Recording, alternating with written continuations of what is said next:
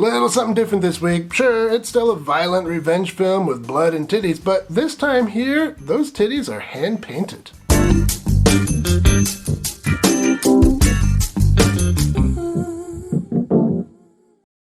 Welcome to Exploitation Reviews, and me, Rob. Today I'm taking a look at the 1973 Japanese film Belladonna of Sadness. This is an adult animated art film that takes place during medieval France, and it begins with a wedding.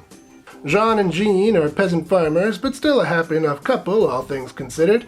That is, until the local baron demands they pay taxes well beyond what they're able to pay.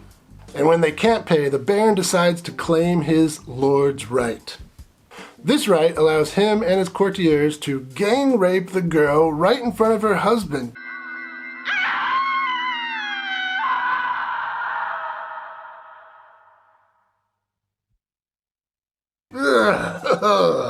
I know it's called a lord's right, but that shit ain't right.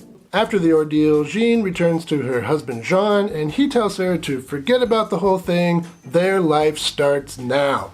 And then he chokes her unconscious. So I guess their life will start after she wakes up. And when she wakes up, she's visited by a little demon who's kind of a dick.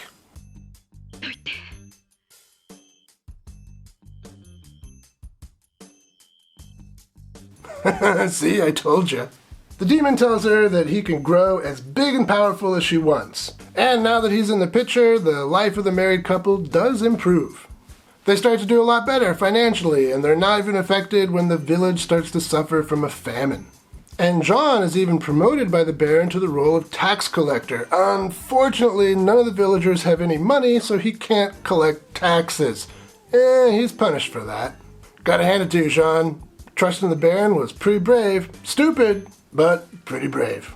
And now Jean is prepared to make that pact with the demon. He promises her power in exchange for her body and soul. But she insists that her soul still belongs to Jean and God. But the body part's okay.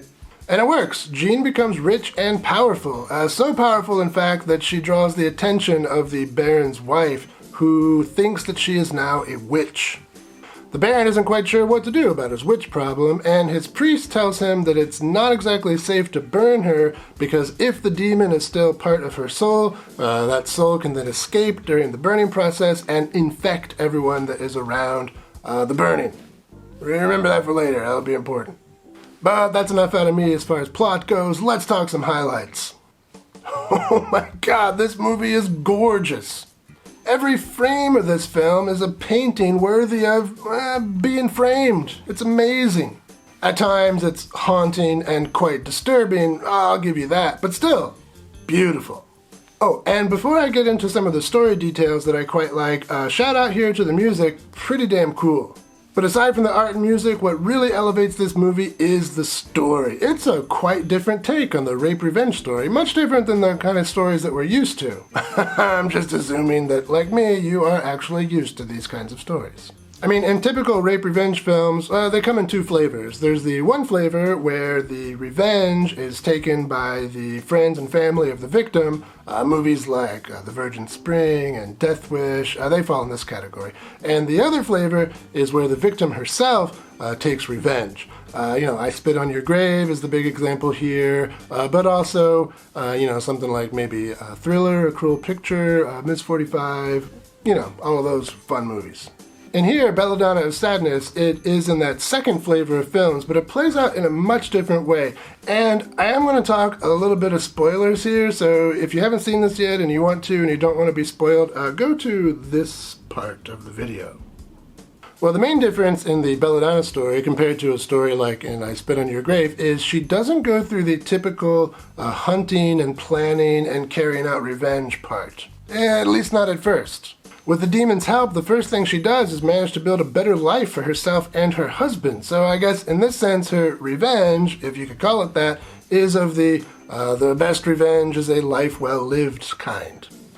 This doesn't last long, of course, because those feudal powers are still around and they are unjust. And that's putting it lightly. And even when Jean gains more power, the first thing she does is use that power to cure some of the villagers of the bubonic plague. Again, not exactly, cutting people up like in I Spit on Your Grave. Her true revenge doesn't really come until after those in power, the Baron and his people, manage to kill her. Remember that priest I mentioned earlier who warns the Baron against burning a witch at the stake because her spirit might infect those around? Well, that's what happens. Belladonna's demon-infected spirit does escape, and it ends up infecting all the women in attendance, and they go on to lead the revolution, which in turn destroys the entire feudal society. Now that's some sweet revenge right there. So ultimately this tale becomes really kind of mythic, a tale of how women are finally spurred into action by a great injustice and end up transforming society at large. Pretty damn cool. But because this film does take on a more mythic tone at the end, we don't get to see explicitly the Baron and all of his evil courtiers get their just desserts, and that is a sticking point for me, and that is my really only one complaint of the film. I wanted to see him suffer. Now, I'm sure there are essays written about this movie by film scholars and literary scholars, but this is a YouTube video, and I'm sure most of you have left already, and so that I don't bore and lose the rest of you, let's go on. While I do think the movie is great, I don't think it's perfect. Like a phallic demon offering great power, it does have some shortcomings.